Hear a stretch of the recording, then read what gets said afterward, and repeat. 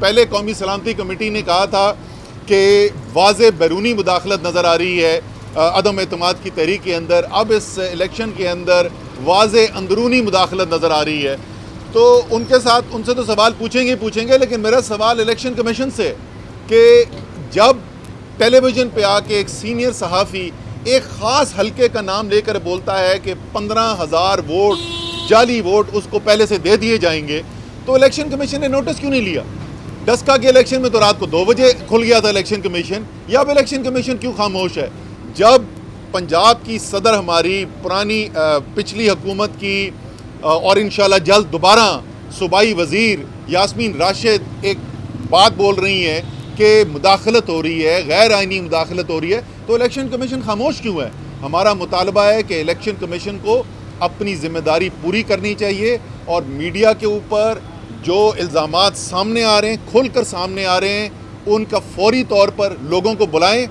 जो सहाफ़ी जिसने कहा है उनको भी बुलाएं, यास्मीन राशिद को भी बुलाएं, उनसे भी पूछें कि क्या हो रहा है। ये इनकी ज़िम्मेदारी है कि साफ़ शफाफ इलेक्शन कराना है, आइन के मुताबिक कराना है। तो ये 2-3 चीज़ें जिसकी वजह से हमें नज़र ये आता है कि कोशिश ये की जा रही है इलेक्शन कमीशन की जाने से भी, दूसरे इदारों की जाने से भी, कि किसी न किसी तरीके से ये गैर आइनी हुकूमत जो है पंजाब में उसको बचा लिया जाए। ये किसी सूरत में हम इसको कबूल नहीं करेंगे और अगर हमें इलेक्शन कमीशन से जो एक्शंस नज़र आने चाहिए वो नहीं नज़र आए तो फिर बहालत मजबूरी फिर हो वही होगा। अब तो आजकल ये रूटीन बन गया है, इलेक्शन कमीशन गलत फैसले करता है या नहीं फैसला करता, फिर हम कोर्ट में जाते हैं और फिर कोर्ट को डायरेक्शन देनी पड़ती है इलेक्शन कमीशन को। 4 चीज़ें जल्दी हम बात करेंगे जी। सबसे पहली तो जो रिज़र्व सीट्स की कोर्ट का ऑर्डर आ चुका है। पहले भी इलेक्शन कमीशन ने जो फैसला किया था वो बिल्कुल वाज़ेह नज़र आ रहा था कि आइन से मुतसादिम है।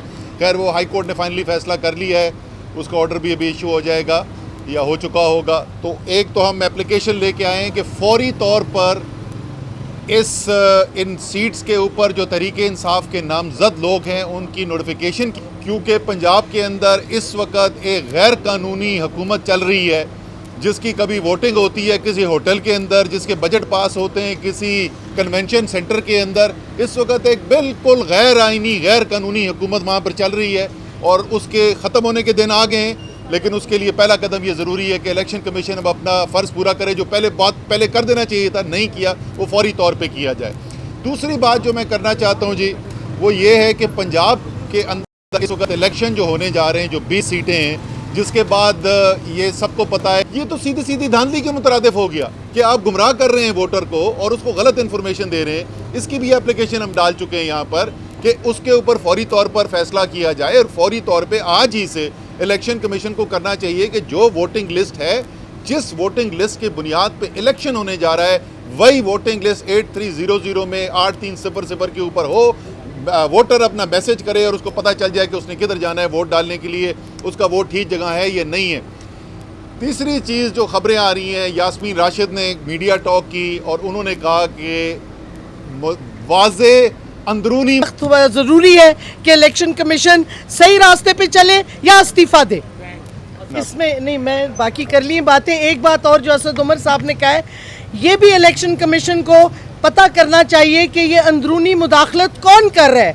आखिर एक सीनियर सहाफ़ी ने अगर कहा है तो ना सिर्फ इलेक्शन कमीशन को इन्वेस्टिगेट करना चाहिए, ये भी पता करना चाहिए कौन ये अंदरूनी मुदाखलत कर रहे हैं रिगिंग के हवाले से, क्योंकि ये सरासर रिगिंग का इंतज़ाम हो रहा है। तो ये इलेक्शन कमीशन अगर काम नहीं कर सकती, जैसे मैंने पहले कहा, इस्तीफ़ा दे और ख़ास तौर पे चीफ इलेक्शन कमिश्नर जो कि आइन को बैकडोर से चुपके से कोशिश कर रहे हैं बदलने की और वो उसको हर दफ़ा कोर्ट से वापस फैसला आता है उसके ख़िलाफ़। तो ये वक्त ज़रूरी है कि इलेक्शन कमीशन सही रास्ते पे चले या इस्तीफ़ा दे।